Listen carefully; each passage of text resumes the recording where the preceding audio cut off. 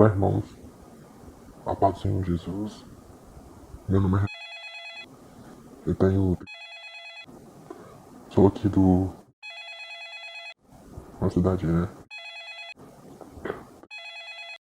E eu tô aqui pra contar meu testemunho da minha saída da ICM. Eu já ouvi, né? Alguns aí que já foram postados. E o meu é um pouco diferente. Esses aí que já foram postados porque eu não nasci na ICM, né? Não nasci, não. E agora em 19 de abril, fazem 5 anos que eu comecei a frequentar, mas porém eu parei, a gente se afastou em massa lá, uns 50 jovens, houve um problema lá numa igreja lá, e a gente se afastou devido a uma mentira contada pelo fundador da igreja. É uma história diferente, irmãos. A minha mãe, vamos fazer, dá 30 anos que a mãe é da ICM, né? E a princípio a gente era presbiteriano quando eu era mais novo. E as minhas tias, como já eram da ICM, em Vitória, ficavam falando pra ela ir né, na ICM e tal, que ela ia gostar e tal. Aí ela foi lá e tá lá até hoje, né? Ficou. Eu não, eu saí com 15 anos, tinha 15 anos na época. E fui pro mundo mesmo, pro mundão mesmo. Eu não quis saber mais de igreja, mais de nada, mais de Deus, mais de nada. Adolescência, né? A fase da rebeldia. Eu saí com 15 anos, fui pro mundão, minha mãe foi pra ICM. Meu pai também foi com ela, mas meu pai não é batizado, não é definido assim, né? Ele conhece a verdade, mas ele não se batizou porque ele fuma, né? Ele fuma, ele tá com 70 anos, e como eu sou o único filho solteiro, eu vim pra cá pra cuidar deles, né? Porque 15 anos, mais ou menos, fora daqui, fui trabalhar, fui estudar. Nesses 15 anos eu arranjei no mundo mesmo, mundão, em bagunças, em bebidas, em baladas, em festas. E eu nunca frequentei nem visitar, na verdade, só em casamentos, né? Que meus amigos casavam, me convidavam, que eu ia em outras igrejas, outras denominações. Eu nunca fui em outras denominações. Então, aí a minha mãe esse tempo todo orando por mim, pra ir pra igreja, né? Porque eu tava naquela situação de, do mundo, né? E minha mãe o tempo todo, vamos pro Maranata, vamos pro Maranata. E eu olhava pra mim pra Maranata, né?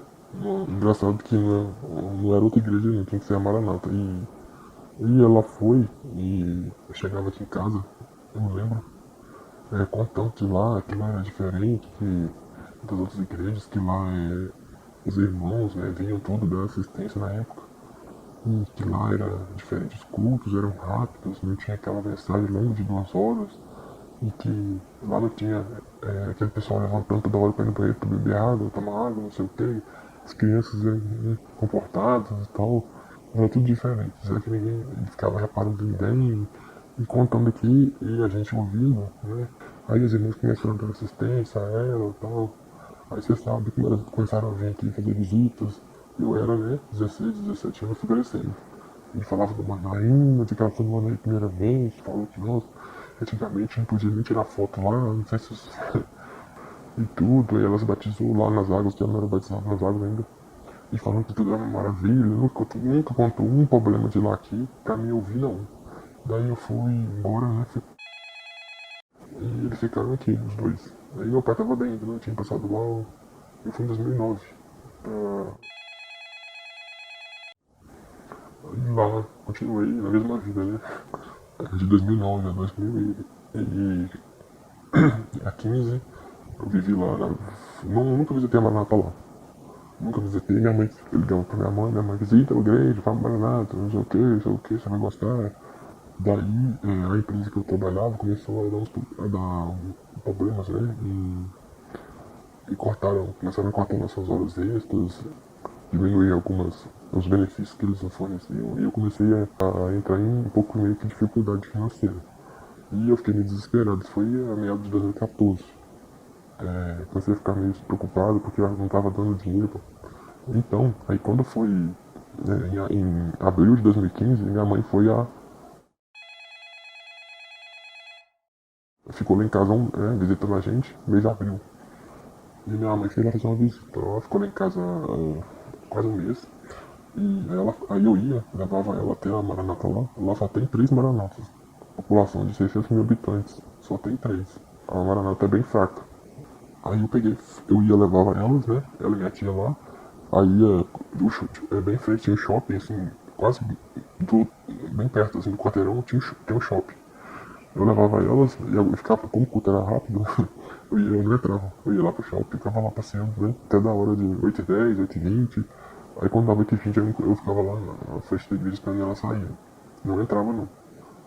Porque eu tinha medo das revelações, eu acreditava que era verdade. Então, quando foi dia 19 de abril de 2015, eu falei assim, vou lá fazer uma visita pra ela ficar, pra agradar ela, né? Porque nem foi minha vontade, foi pra agradar ela mesmo. Eu peguei e fui. Lá eu tava com esse problema, né? De preocupação, de jogo financeiro, não tava muito feliz. Os irmãos comentaram, então e o quanto foi, né? A princípio, o que foi, os louvores, tocados, foi tudo, né? Pra mim, né? Que eu me senti, né? Que sempre fazem, né? O emocional.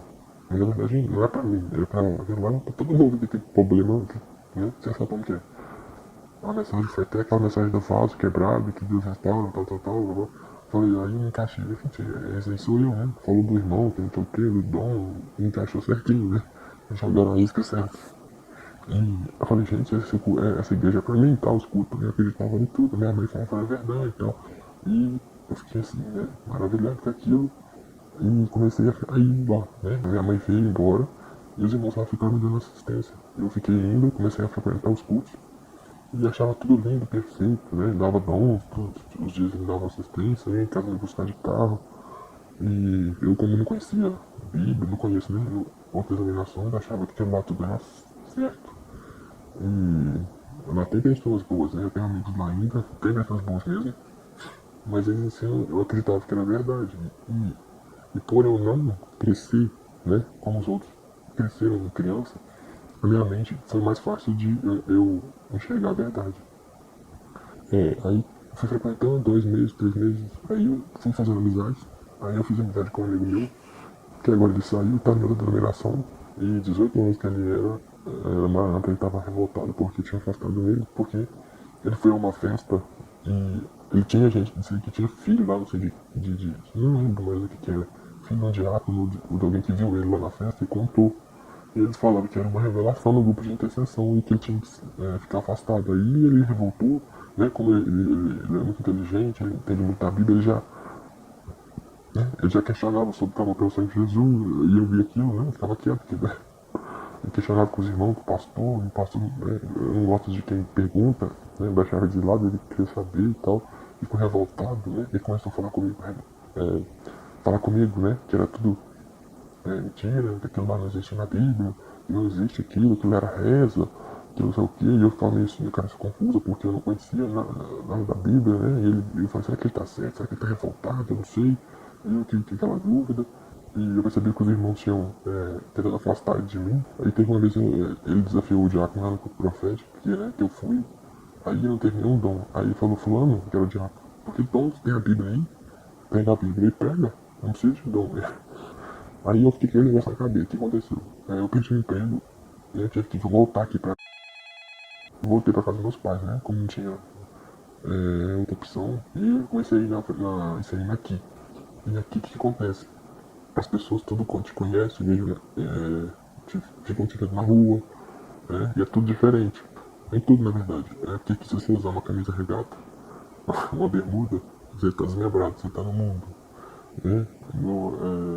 Hoje em dia eu passo perto de algum na Maranata, eles viram o rosto. Alguns não, né? Alguns continuam, são pessoas boas, continuam me cumprimentando. Não dão a paz do Senhor também não, só o erro. O erro falou, se deu a paz do Senhor, tu me deu a paz do Senhor. Eu não ligo pra isso. Então, o que aconteceu? Comecei a perceber coisas lá, porque eu sou muito observador. Porque minha mãe sempre falou que era tudo perfeito, tudo lindo, tudo maravilhoso. Né? Aí eu comecei a perceber uma contenda entre irmãos, assim, né? Eu via de meio que de fora, assim, de fulano, papá, porque aqui dá muita conversa, assim, né? Aí eu fiquei observando aqui, eu falei, gente, mas dentro da igreja tá tendo isso, que fulano tá me devendo, não paga, que fulano deve, né, tal loja na rua, porque aqui é assim, cidade pequena, você sabe. falei, gente, mas diácono de igreja devendo os outros. Eu fiquei, por que o Senhor não revela isso e tal? E eu comecei a ficar com uma pulga atrás da orelha. E como eu sou muito curioso, eu falei assim, aí teve um dia que me passaram no tal do grupo de intercessão, que eu não sabia pra que era isso, que eu tinha 9 meses, né, que eu tava indo à ICM. E tinha o pastor, o diácono e 2 irmãs. E cantaram um louvor lá e começaram a orar, falar aquelas línguas estranhas lá. Daí no final, o irmão falou que tem um dom. Que eu tava me envolvendo com uma moça, né, da minha empresa que eu trabalhava. Aí eu fiquei quieto assim, pensando, mas eu tô desempregado, que empresa, né? Falou que eu tava, ela viu me envolvendo, que essa mulher me atrapalhava lá espiritualmente, que não sei o que, que não sei o que, não sei o que. Não é verdade. Aí eu comecei a prestar atenção, né? Aí o meu amigo falou, fica de olhos abertos quando eles forem orarem, quando eles forem fazer posição de mãos, fica de olhos abertos, observa os diáconos, lá na frente do pastor, os obreiros que estão lá, observa. Aí eu comecei a fazer isso, né? Porque na Bíblia, como eu não tinha como debater, eu comecei a observar na igreja. O que acontece? Aí, o que eu fiz? Eu tive uma ideia de fazer o teste do culto profético, que eu já falei aqui com as pessoas. Eu inventei um dom, inventei esses dons, daqueles, né, do tipo deles, né, do homem de muleta, que papapá, não sei o que, escrevi. E à noite, no culto domingo à noite, eu fui lá e, né, tive um dom, e passei e falou amém. E eu li. E o pastor pregou naquele dia, em cima daquele dom lá que era mentira. Lógico que eu não falei com eles que era mentira. Fiquei quieto, falei, gente, isso é mentira, eles inventam. E minha mãe, lógico, eu fiquei quieto, né? E a minha mãe acreditou em tudo, não sei o que, não sei o que, não pode isso, não pode aquilo, orientação, não sei o que. Eu falei, gente, eu falo mentira. Aí eu fui, nas línguas estranhas, foi assim que eu descobri que aquilo era mentira. Os irmãos podem repararem que eles falam línguas estranhas com o olho aberto. Às vezes um comunica com o outro, faz sinal, que eu já vi. Eu ficava na projeção, eu ficava mexendo na projeção e via muita coisa. O grupo de louvor, foi levantado o comando, o grupo de louvor, o preso, e eu nem sabia pregar, aliás, não sei também, eu não sabia nada. E o grupo de louvor, na verdade, era um grupo de horror, porque aqueles ensaios eram mais confusão do que tudo, eu nunca imaginava que era aquilo. A gente vê eles cantando, assim, é bonito, quando você vai ver, os ensaios nos bastidores, como você disse, é uma confusão tremenda, de irmão com irmão, de confusão, não sei o que tem. Falei, misericórdia, eu nunca sabia que essa igreja era assim, essa bagunça, essa comitiva, essa confusão. Daí teve um dia que meu amigo falava, você tem coisas vão orar, né, para aniversariante, assim, que eles, né, ou pra outras coisas também. No banco que eu tava sentado, eles ficavam, quando começava a falar línguas, o irmão cutucava na minha perna, assim, né, que era pra mim poder falar, sei lá o que era. E eu ficava quieto, assim, porque eu sabia que eles estavam, né, me cutucando pra eu poder falar línguas estranhas, né, fingir. Daí eu ficava lá, teve um dia que quando vai orar, eu não sei se você parado, no Manaim, são os pastores que falam línguas estranhas no Manaim. Os membros não falam. Não sei porquê. Não pode, né? Eu não sei, alguém já reparou isso? E também outra coisa que eu reparei é que quando eu fui orar pro pastor que estava fazendo aniversário, uma irmã levantou e começou a falar língua estranha na igreja. Eu tava mexendo ali com o olho aberto na projeção, tinha o microfone sem fio em cima da mesa, o diácono, a irmã começou a falar, e o outro irmão começou a interpretar. Aí o diácono pegou, esse diácono pegou, pegou e já foi falando com o olho aberto, blá, blá, blá, blá, blá, e cortou a senhora. No caso, acho que eles não aceitam senhora falar a língua para pastor, não sei como é que é isso. Aí eu falei, misericórdia, com o olho aberto, eu fiquei com olhos abertos, vocês vão ver. Quem assistir esse vídeo, que tiver na Maranata, quando voltar, né, esses cultos aí que eu não sei quando que vai voltar, quando eles forem orar com posição de mão, que eles falavam, gente, com posição de mão, aí vocês reparem, olhem fiquem com o olho aberto e olhem, porque todo mundo fica com o olho fechado, eles vão ver o que está acontecendo ao redor. Os irmãos estão tudo de olho aberto, comunicando um com o outro, para passar dom e para falar a língua, entendeu? Eles fazem sinal assim, né, fulano, fala, entendeu? Passa dom, entendeu? Eu descobri isso com um amigo me ajudou, né? Fique de olhos abertos, que vocês vão perceber. Ele pegou e começou a falar, e desse dia pra cá eu falei, nossa, isso é tudo mentira, esse povo tá tudo enganando, esse povo, meu Deus, misericórdia. E não adianta falar com a minha mãe que ela não acredita. Ela fala que o inimigo tá colocando coisa na minha cabeça, que não sei o quê, não é pra melhorar pro homem e tal. E nunca mais eu acreditei em nada lá. Aí eu fui pra Vitória, a trabalho, né, morei em Vila Velha. Depois que eu já descobri tudo é verdade. Eu frequentava com os jovens, meus amigos, mas eu não acreditava naquilo não, na verdade. Eles passavam dons e tal, eu nunca mais acreditei, e continuei frequentando. pregações, como sempre, uma porcaria. E continuei em Vila Velha, que lá em Vila Velha é o centro, né? E lá você vê muita coisa, lá eu via também muita coisa. E fui descobrindo cada dia mais. Aí daí que eu comecei a descobrir o Reginaldo, aqui no canal do primeiro vi o Reginaldo, que eu achei. E vi as matérias dele publicadas e tal, e daí depois eu achei Joaquim.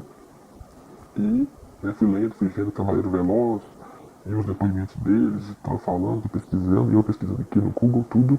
E fui lendo, e fui cada dia mais, né? Eu sou curioso até hoje. Eu fui querendo saber por que disso, por que aquilo, por que disso, por que aquilo. E daí, depois apareceu o Pastor Solo, né? Eu conheci o Pastor Solo nas redes sociais, né? Ele é uma benção, todos os vídeos deles, eu assisto todos. A maneira dele explicar eu gosto muito, assim, serena, calma, né? Eu gosto. Joaquim, né, também que muita coisa dele que eu acordei por causa dele mesmo, do barulho que ele fez. Então, aí, a partir daí, nunca mais eu acreditei em nada. Aí, em outubro teve, tudo não.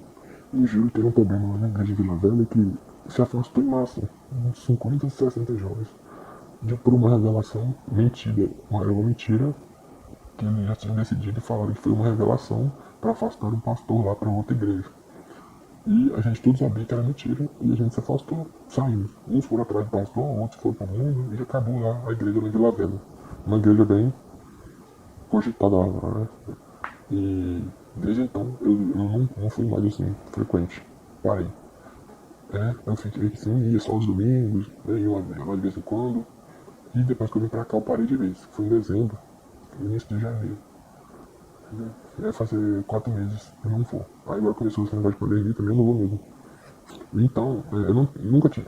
Passaram vários dons de dificuldade para os jovens, né? Os jovens que estiveram escutando aqui, que querem sair do Maranata, eles vão te lançar um monte de dons de dificuldade, de relacionamento, de trabalho, de faculdade, é tudo mentira. Eu não acredito nisso não, viu? É tudo mentira. Se vocês saem, não tenham medo, que não é tudo coisa do adversário. Não é verdade não. Lançaram um monte de mentira em cima da gente, a gente não tem medo daquilo. E eu não tenho medo, nunca, assim, tive medo quando eu estava lá. Depois que eu descobri a verdade, que eu vi que não era mentira, eu saí sem medo nenhum. Eu não tenho medo de nada, que falar ali que eu vou dar câncer, que eu vou dar não sei o quê. Eu não tenho medo. Eu estou orando a Bíblia em casa, né, orando, cuidando dos meus pais aqui, né, estou sem emprego, mas graças a Deus nada tem faltado pra mim. Eu não, aqui não tem muita opção de nada também, agora que esse negócio aí não tem. Eu nem tenho vontade de sair, de voltar pro mundo, eu não tenho, porque eu já vivi, né, eu já sou meio maduro, já vivi isso. Eu não tenho vontade de voltar.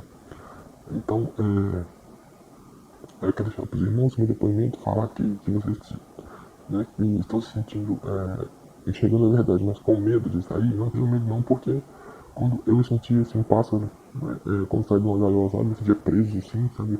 Agora eu me sinto livre para fazer o que eu quero, para usar a roupa que eu quero, ir onde eu quero. E na verdade a gente fica preso aquelas doutrinas lá que, né, mais sacrificam a gente do que tudo. E aí o meu recado é isso, né? Para os jovens que querem, né? Estão pensando em sair, estão com medo desses dons, essas doutrinas aí, é tudo mentira. Não tem base bíblica, não tem nada nisso. Quero deixar aqui meu depoimento, né? Quero agradecer ao Joaquim, ao Reginaldo, ao Pastor Solo, né?